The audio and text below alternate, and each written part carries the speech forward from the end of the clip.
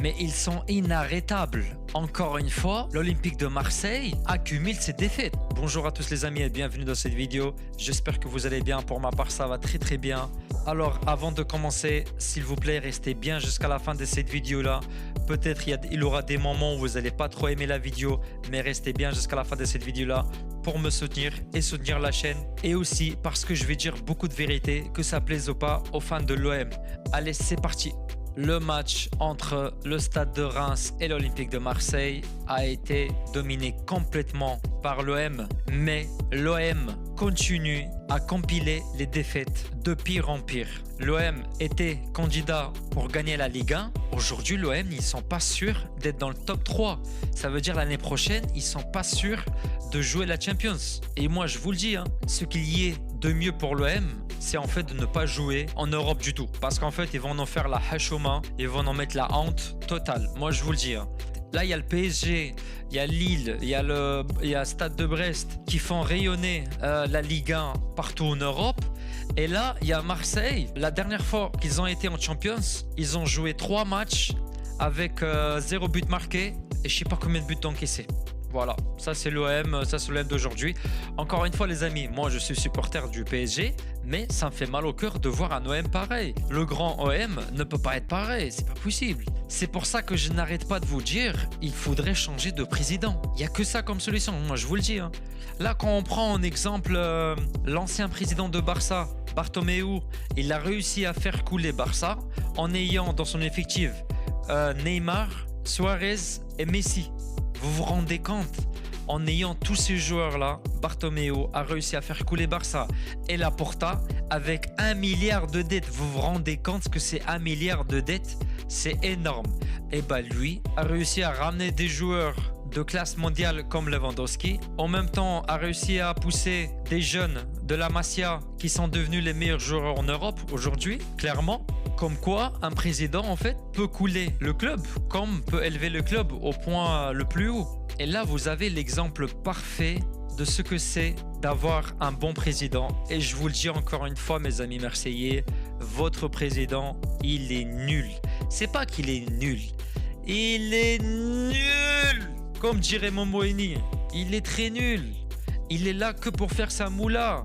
Il se remplit de thunes aux States, il vient en France et il blanchit sa moula. Il n'y a que ça. Je vois pas qu'est-ce qui fait de bon à Marseille. À part le soleil, la plage, le good vibes qu'il y a à Marseille, etc. Je sais pas ce qu'il fait en fait à Marseille. Il fait rien pour votre ville, il fait rien pour votre club. Moi je vous dis les gars, faudrait absolument qu'un riche saoudien achète le club. Voilà, ça s'arrête à ça. Vous avez vu Newcastle où ils étaient, où ils sont aujourd'hui. Vous avez vu Manchester City où ils étaient, où ils sont aujourd'hui. Et je vous parle pas du PSG. PSG c'est devenu une marque mondiale.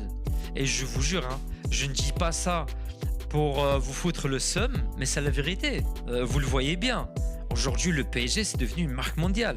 PSG, ils font des tournées en Japon, ils font des tournées aux States. Tout le monde veut jouer contre le PSG parce que ça apporte de la visibilité pour tout le monde. Tous les médias en parlent. Le PSG, c'est un club aujourd'hui qui rapporte de loin ou de près, qui apporte au club autant que structure, qui apporte aux supporters ce plaisir de gagner. Même si on en a perdu à gogo en Champions, on va pas se mentir. Mais malgré tout, aujourd'hui, le PSG est devenu un club compétiteur, un club qui arrive à battre les plus grands. En fait, ce qu'il faudrait faire, juste pour que vous vous rendiez compte, prenez à peu près les statistiques de l'OM à l'époque de Bernard Tapie et vous les comparez à aujourd'hui. Prenez les joueurs qu'il y avait à l'époque et les joueurs qu'il y a aujourd'hui. Comment voulez-vous gagner avec ces joueurs-là? Et Rabiot, il a bien dit. Rabiot, il a dit, ici, il y a des joueurs, ils veulent pas jouer la Champions. Il y a des joueurs, ils veulent pas gagner la Ligue 1. Et il a raison, parce que Rabiot, les gars, n'oubliez pas, c'est un ancien Parisien. Il est parti à Juventus. Là-bas, il a joué avec CR7. Le gars, il s'est forgé une mentalité de malade, une mentalité de gagnant.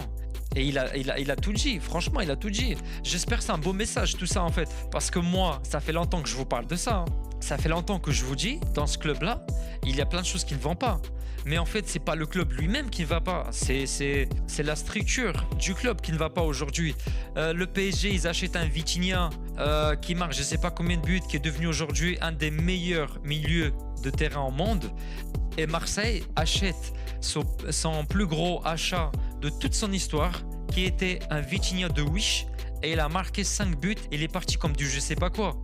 C'est du n'importe quoi les gars, vous vous rendez pas compte. En fait, le PSG, ils embauchent Luis Enrique en tant qu'entraîneur. Vous achetez un fou Luis Enrique. Le PSG, ils achètent Vitinha à 60 millions d'euros. Vous achetez un fou Vitinha à 30 millions d'euros. C'est toujours moins cher en fait. Vous achetez toujours le moins cher, mais vous essayez un peu de copier le PSG. Arrêtez de copier le PSG. Vous aviez auparavant un président qui aimait le club, qui aimait la ville et qui vous avait fait gagner, tout simplement.